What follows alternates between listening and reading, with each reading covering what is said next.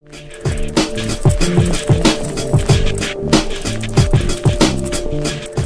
mean, we have a huge array of tools that we can possibly use to combat the problem. I mean, a raid, obviously, the implications of that, manpower implications for us and implications for the public and the licensee and the club is a last resort. They didn't come to the city council and ask what our opinion of the running of the club was, and we're far more in touch with management of clubs than the police are. I certainly am. I'm meeting them on a regular basis. We're asked to do certain things by Home Office, and we do them. I don't think being pushed into that's a difficult one, and I don't think that's really for me to comment on it, really. You don't go into anything saying we'll just do this as a PR stunt and not get anything out of it, because that's just a total waste of resources and it's a waste of anyone's time. There was obviously a lot of intelligence gathered, because there wouldn't be an operation without intelligence in the first place, to say that there was drug dealing or there was drugs on the premises. No, the raid really wasn't justified at all. To me, it was just an exercise in media-led policing. You got to remember that the police now, its culture is different. It's very target-driven, like a lot of things in, from health, education, everywhere. And it puts a different emphasis on the way you do your policing. Well, I don't think the police do anything as a PR stunt. I think they do things operationally, and it just fits into that pattern. And if you can publicise it that it's for the good of the general public, then all well and good. In fact, the Lancaster Guardian would seem to be very central to the whole operation. They were the only newspaper that were there. They were invited along on the raid. They were given access to the preparations building up to the raid. The Guardian that week obviously had a picture of Mark Harding, club boss, thrown in the back of the van. Headline was, club boss arrested, cocaine, ecstasy, cannabis seized.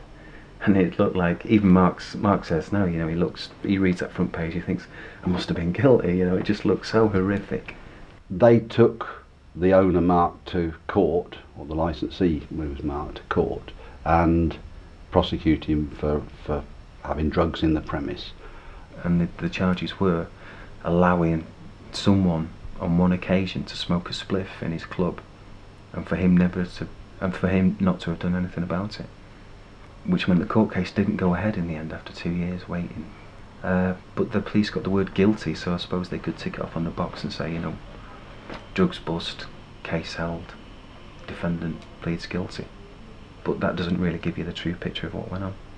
There was a lot of coverage in the press about licensing, about the 3 clubs on the, especially, particularly the big 3 ones on the main drag. And all of a sudden, it seemed the warehouse was being busted. So it was almost like it was, on purpose. They were kicked out because they were the smallest and couldn't afford to stay. I'm sure that drug dealing was going on in the premise, but I'm sure that drug dealing is going on in 99% of the premises in town. I think they targeted Mark because he was a little man. He was just an independent, small business struggling to make ends meet, and I think he was easy pickings. In my own opinion, I think that the warehouse was set apart as to make an example of in Lancaster. There are a lot of other places where the same issues are quite predominant. Well, when I was down there, the same issues are very predominant, and if not more, in comparison to the size of the place. You have venues around Lancaster where violence and drugs are a problem, and I think, in my opinion, the warehouse was made an example of. We're not all there just about chasing the baddies, we're there to be a helping hand as well. A nice friendly face at the corner of the street. You can ask us directions if you want.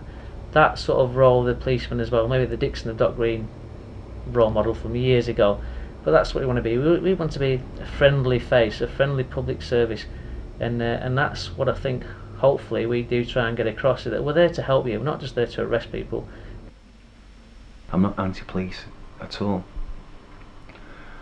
I just think in this case it was a hugely misguided policy to begin with.